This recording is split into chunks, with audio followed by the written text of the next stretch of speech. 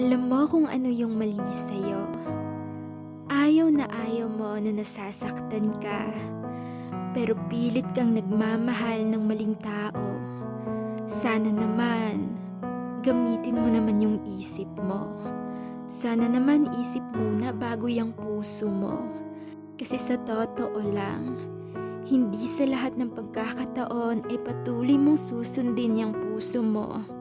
Lalo na paulit-ulit ka nalang sinasaktan niya. Tingnan mo naman yung sarili mo.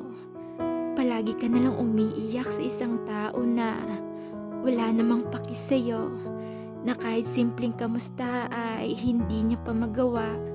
Tapos ine-expect mo pa na mahal ka, na klarong-klaro naman sa pinapakita niya na wala siyang pagmamahal na natitira.